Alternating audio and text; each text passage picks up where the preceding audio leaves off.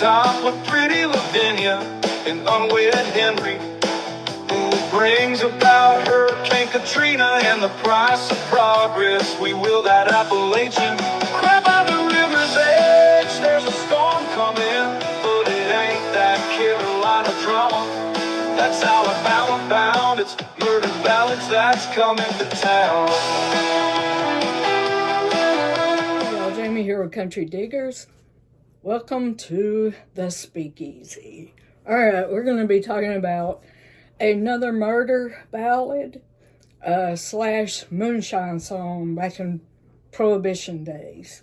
But the tune is probably older than that. It's called Darling Quarry. And I'll be singing from the Trout Steak Revival song. So stay tuned. Alright, this is Darling Quarry by Trout Steak Revival. Wake up, darling Corey. What makes you sleep so sound? The revenue officers are coming, gonna tear your steel house down. Well, the first time I saw darling Corey, she was sitting on the banks of the sea, a 44 around her body and a banjo on her knee. Dig a hole in the meadow, dig a hole in the cold, cold ground. Dig a hole in the meadow, I'm gonna lay my darling Corey down. Well, the next time I saw darling Corey, she was standing at the steel house door, her boots and her stockings in her hand, her little bare feet on the floor. Go away, darling Corey, won't you quit hanging round my bed? Corn liquors has ruined my body, pretty woman have gone to my head. Dig a hole in the meadow, dig a hole in the cold, cold ground. Dig a hole in the meadow, I'm gonna lay my darling Corey down. Can't you hear those bluebirds a-singing, crying that mournful sound? I'm supposed to slow down. They're preaching Corey's funeral in some lonesome graveyard ground. So wake up, darling Corey, go and get me my gun.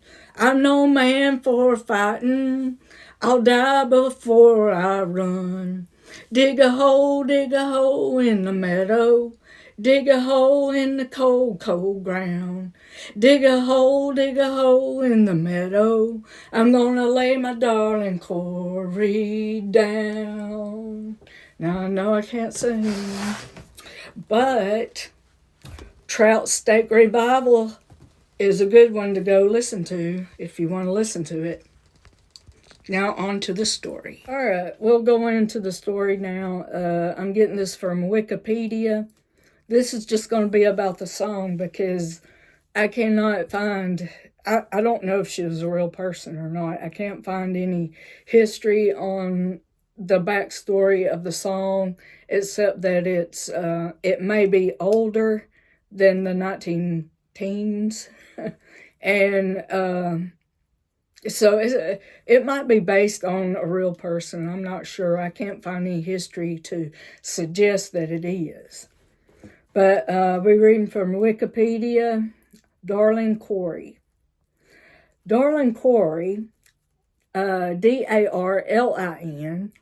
Corey, C-O-R-Y, also Darling Corey, D-A-R-L-I-N-G, C-O-R-E-Y, or Darling Cora, D-A-R-L-I-N-G-C-O-R-A.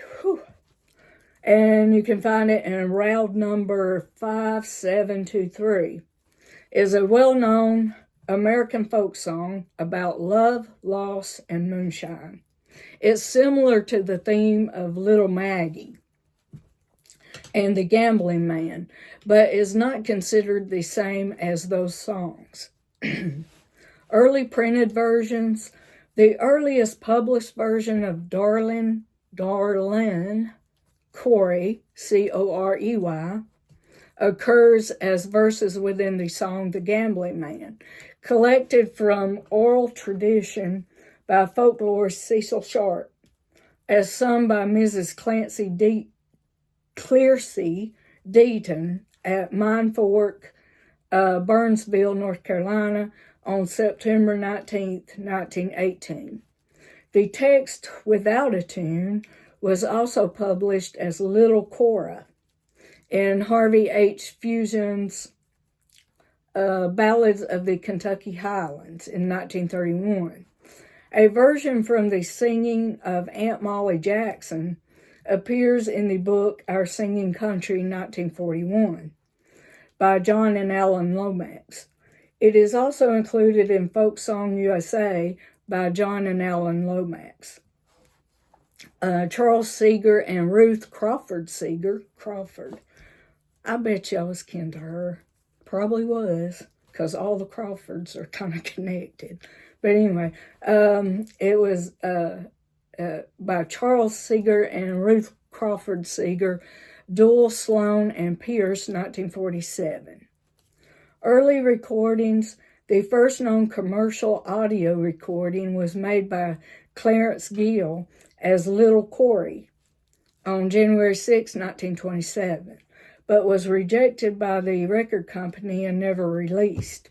A few months later, folk singer Bill Casey recorded it as Darling Cora on April 20th, 1927. Later the same year, on July 29th, 1927, at the famous Bristol Sessions, an influential version was recorded by B.F. Shelton as Darling Cora. Other early recordings are Little Louie by Dick Justice, 1929, and Darling Corey, released as a single by the Monroe Brothers in 1936. In 1941, the Monroe Brothers version was included in a landmark 5-disc completion, Smoky Mountain Ballads, produced by noted folklorist John A. Lomax. Whereas the earlier hillbilly records had been marketed regionally, Smoky Mountain Ballads was intended for broad urban audiences. In compromised reissues of 10 comparatively recent commercially issued hillbilly recordings from the 1930s, including, in addition to the performance of Darling Corey, which is Darlincory, by the Monroe Brothers, songs by the Carter Family, Uncle Dave Macon, Maynard's Mountaineers, and other Southeastern performers, Smoky Mountain Ballads became a staple in the early 1940s and early 50s folk music revival singers, such as Pete Seeger, who also was crediting his sources and urged that people copy them and not him. That same year, on May 28, 1941, Burl Ives also recorded Darling Corey, Darlincory, in his debut album. OK Presents The Wayfaring Stranger, issued in August 1941, with liner notes by Alan Lomax. Okay, I'll go through the artists that covered the song. Numerous artists have recorded versions of Darling Corey, including Flatt and Scruggs as Dig a Hole in the Meadow on Flatt and Scruggs at Carnegie Hall, 1963. Mike Seeger, Roscoe Holcomb, John Hartford as Dig a Hole, and steam-powered Aerotakes, 1971. Doc Watson, Bruce Hornsby, The Weavers, Crooked Steel, Bill Monroe, Harry Belafonte as Darlin Cora, attributed to Fred Brooks, a pseudonym used by Fred Hellerman.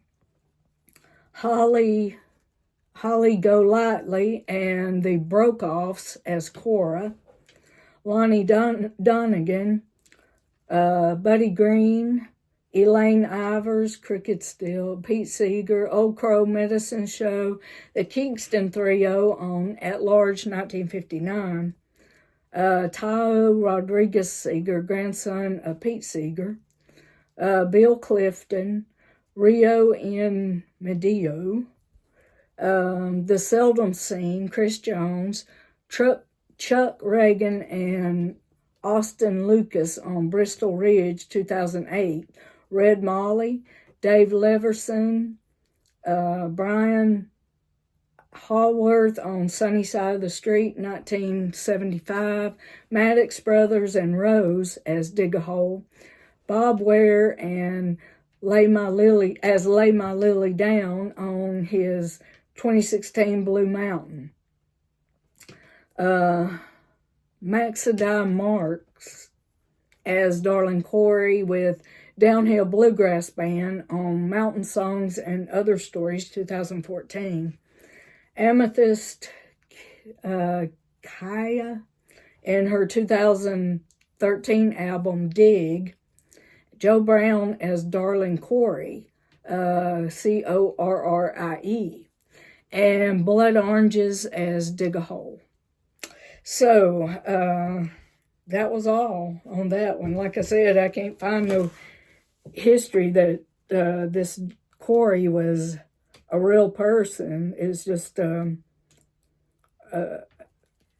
30s revenue song, I reckon, about moonshine, revenue, and love. Love, loss, and moonshine. All right. See you later.